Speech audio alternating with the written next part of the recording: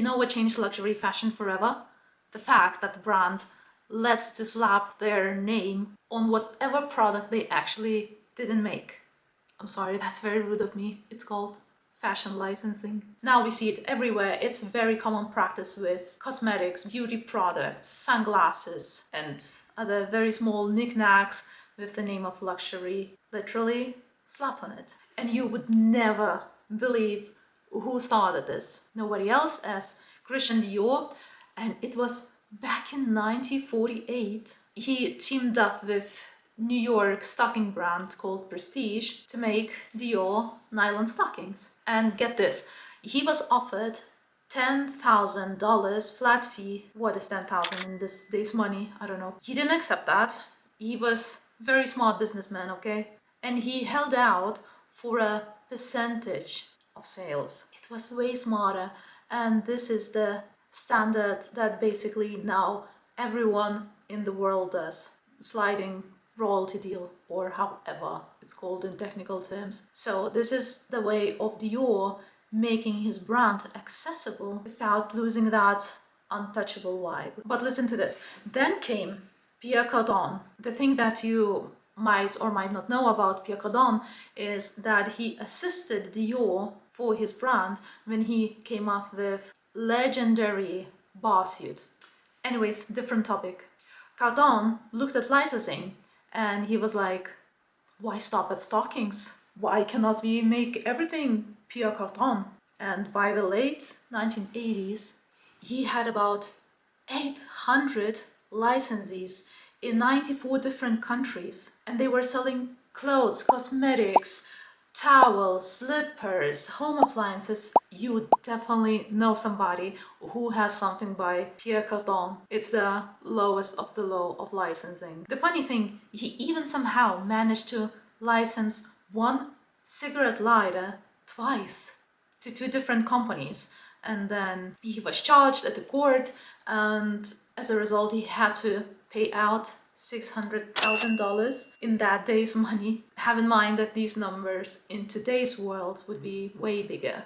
So he paid that to sort everything out. It was a huge oops moment. The house of Yves Saint Laurent also couldn't resist. They had around 200 licensees, not as mind-blowing as Pierre Cardin, but still, well, they came out with YSL cigarettes. How iconic is that? And I remember my granddad having these cigarettes. I wish I could know, but for some reason I have in my mind this picture of this sleek white package. I don't know, maybe I'm just inventing stuff, but it's somehow iconic, but also at the same time ridiculous. And you know, licensing is a huge source of money for very minimal effort, but it could also destroy brands' prestige. Take the American designer Holston. In 1983, he signed a 6-year, $1 billion licensing deal with JCPenney to sell an affordable line called Holston Free, and he just wanted, in his own words, to dress every woman in America. Yeah, sounds nice, but it just completely alienated all the department stores and high-end clientele, because we are not that naive. We know why people buy these things. If these things are accessible in a Lidl, nobody wants that, okay? Except that Lidl collection that was sold out very fast. But you know, the huge department stores like Bergdorf's, they dropped Holston completely, and the result of his mistake, well, his decision to license his line for JCPenney. I'm sorry, I'm not American. Anyways, his reputation completely collapsed, and this one licensing deal absolutely ended his career, his iconic role as the top designer of America. And he closed. The brand closed. Patrick McCarthy, the former editorial director of WWD, put it perfectly. The perfume business is the worst thing that ever happened to French fashion. Once perfume came along, French houses didn't have to worry about selling clothes. If your perfume did okay, you could basically do whatever you want it. And for real, all the perfumes that we have in stores, even the ones that we thought are niche, well, they are mainstream, but niche mainstream, you know what I mean? Like Maison Margiela, it's not Maison Margiela, it's L'Oreal, literally. It's still a good perfume, I love it, but it's an illusion that you are buying into something that Maison Margiela, as a house, as a brand, decided on making. That never happened. They borrowed a logo and L'Oreal provided the liquid. There are a few fashion houses that still do the perfumes internally in the house, like Dior or Chanel.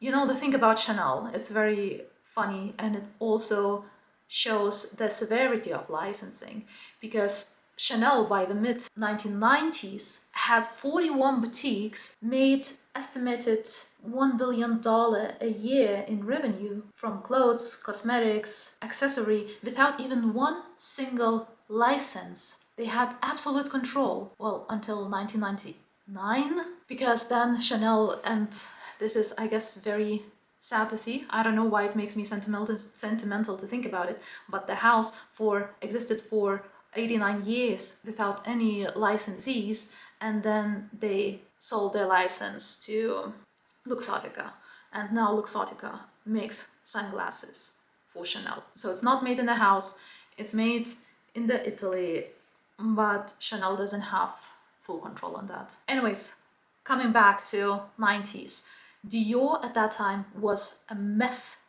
of licensees until Bernard Arnault took over. Arnault wasn't having all those random licensees popping up all over the world, making Dior products that didn't actually feel luxurious. So in the early 1990s, he cut back more than half of the licensees, from around 280 down to 150. He also brought some lines in-house. Believe it or not, between 70s and 90s, a lot of clothing lines by Dior wasn't actually designed at Dior, because they sold licenses for outerwear, for a lot of menswear, and today it's crazy to think about it, because it would still wear the tag of Dior. So parts of women's ready-to-wear were brought back to Europe, leather goods, men's fashion. Basically, he just wanted Dior to feel exclusive again, and,